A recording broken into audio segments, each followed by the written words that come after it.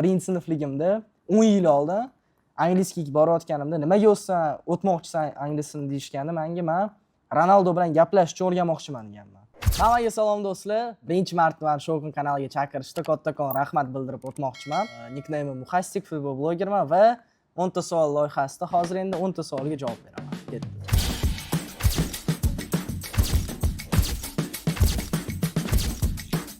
Hop do'stlar, mana birinchi savol, Vantage Blaze media jamoasi boshqa media jamoalardan nimasi bilan ajralib turadi deb o'ylaysiz? Xo'p, avvalambor bizning jamoa bu juda ham hozirda o'zgargan. Bizda juda ko'p mashhur blogerlar, pevetslar hamda hozirda MMA jangchilarni ham jamoaga olmoqchimiz.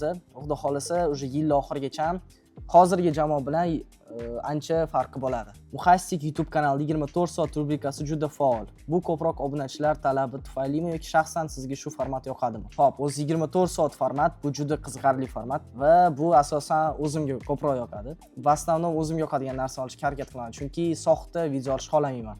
Из-за этого 24 soat rubrika ham obunachilarga yoqadi, ham o'zimga ham juda yoqadi. Agar futbol media sohasida kirmaganingizda qaysi kasb egasi bo'lardingiz? Ну, скорее всего, men jurnalist bo'lardim, televizionni va shu sferada ketgan bo'lardim. Liba же aktyor. O'zim har doim aktyor bo'lgim kelgan, no со временем xohishlar o'zgarib, ham futbolist ham bo'la olmaganman. O'shandan keyin futbolni blogingga kirib ketganman. Agar hamma sizni unutsa, blogerlikni boshqatdan boshlarmidingiz? Hop, xudo xolasa bunaqa bo'lmaydi va agar vdруг shunaqa holat bo'lib qoladigan bo'lsa, albatta har doim ikkinchi imkoniyat qilib ko'rardim. Chunki men уже ancha o'pitim bo'ladi va уже ko'tarilish ham ancha tezroq bo'ladi degan umiddaman. Arvanta jamoasi paydo bo'lgandan so'ng futbol kontentda ancha boost oldi. Sizga ham ta'siri bo'ldimi? Men chestno javob beraman. Men Islom aka bilan yaxshi sezdaman, lekin Arvant bo'ysi ochilgandan keyin menga hech qanaqa boost bo'lgani yo'q. Men alhamdulillah oldin ham yaxshi prodvigatsiya qilayotgan edim va o'sha tempda hozir ham ketyapman. Prosta o'sha ancha boshqacharoq auditoriya bilan ham Arvant bo'ysi ochilganda men hali bunaqa darajada yaxshi video olmas edim. Men oldin o'ylardim o'sha payt ham yaxshi video olardim, но hozirgi videolarim bilan solishtirsa unaqa emas. Shuning uchun do'stlar, Arvant bo'ys menga javob katta boost bergani yo'q. Vot mana, ochiq oydin gapiradigan bo'lsak. Blaze media yanada kuchliroq jamoaga aylanishi uchun nimalar yetishmayapti yoki hozircha hammasi ideal deb o'ylaysizmi? Bizda hammasi yaxshi.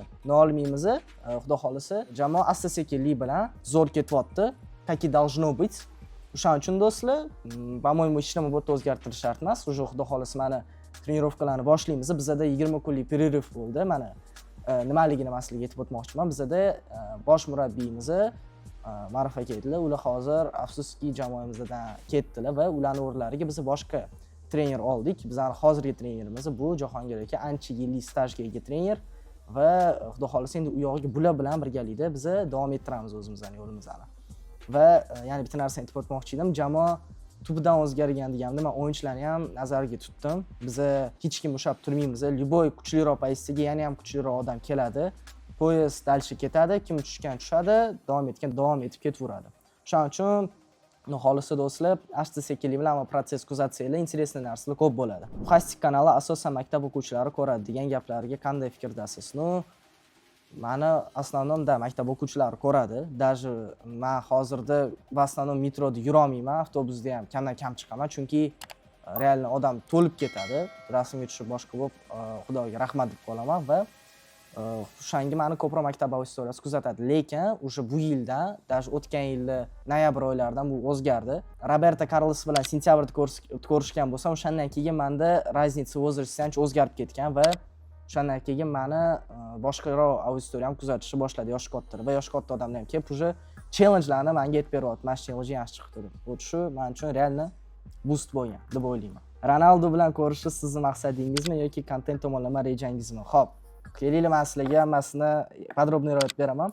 Men примерно birinchi sinfligimda 10 yil oldin angliyskiga borayotganimda nimaga o'tmoqchisan anglisini deyishganda men Ronaldo bilan gaplashishni o'rganmoqchiman deganman. Bu 10 yillik sel do'stlar. Bu chunki men Ronaldoni ko'rib futbol o'ynashni boshlaganman va juda ko'p emotsiyalar aynan Ronaldo tufayli bo'lgan. Masalan, 2018-yil Jahon chempionatiga chiqib ketganda bir oycha настроение ham bo'lmagan. 2022 ham xuddi shunaqa. Xudo xolasa 2026 endi yutadi degan umiddaman. Agar iloj bo'lsa, telefonim avatarkasini ham sizlarga ko'rsataman, qanaqa turishini. Mana. Xudo xolasa mana shu rasmni hayotda ham qiladi degan umiddaman. O'zbekiston bilan bitta gruppada-ku. Cristiano Portugaliya. no do'stlar, O'zbekiston bilan bitta gruppada, xudo xolisa, albatta vatanimizga ham muxlislik qilamiz, no. Xudo xolisa, yani bizda juda ko'p shans bo'ladi. Jahon chempionatiga chiqishda ham bizning o'yinchilar yosh. Shuning uchun starik yutgani yaxshi deb o'ylayman men. Yoshligingizda professional futbolchi bo'lishni xohlaganmisiz? Agar ha bo'lsa, bunga nima to'sqinlik qilgan? To'g'risini aytaman, men Xudoga shukr hech qanaqa travmalar olmaganman. Menda возможностьlarim bo'lgan, lekin men o'zimni miyam bilan tanlab, bloggingni tanlaganman. Chunki men 13 yoshimda futbolni tark etganman. 13 yoshda spokойно professional futbolchi bo'lib ketish mumkin. Menga просто bu sfera ko'proq qiziq bo'lgan, chunki konkurensiya kamroq ham. Bu yerda menda baribir boshqacharoq sellar. Masalan, men Germanni ko'rib, Tudorotni ko'rib, imенно shu eng zo'r media jamoalarni ko'rib, katta ilhom olganman va hozirgi kunda уже sal buni boshqacharoq o'zgartirib, как бы O'zbekistonning Mr. Beast bo'lgim keladi. Именно futbol tomonlama. Чтобы odamlar futbolni kontent ko'rib, futbol tushunmasa ham qiziq bo'lishini xohlayman. Hamma yana YouTube'ni boshladim, xudo xolasa, sekin-sekin endi mana YouTube'da ham zo'r bo'ladi hammasi.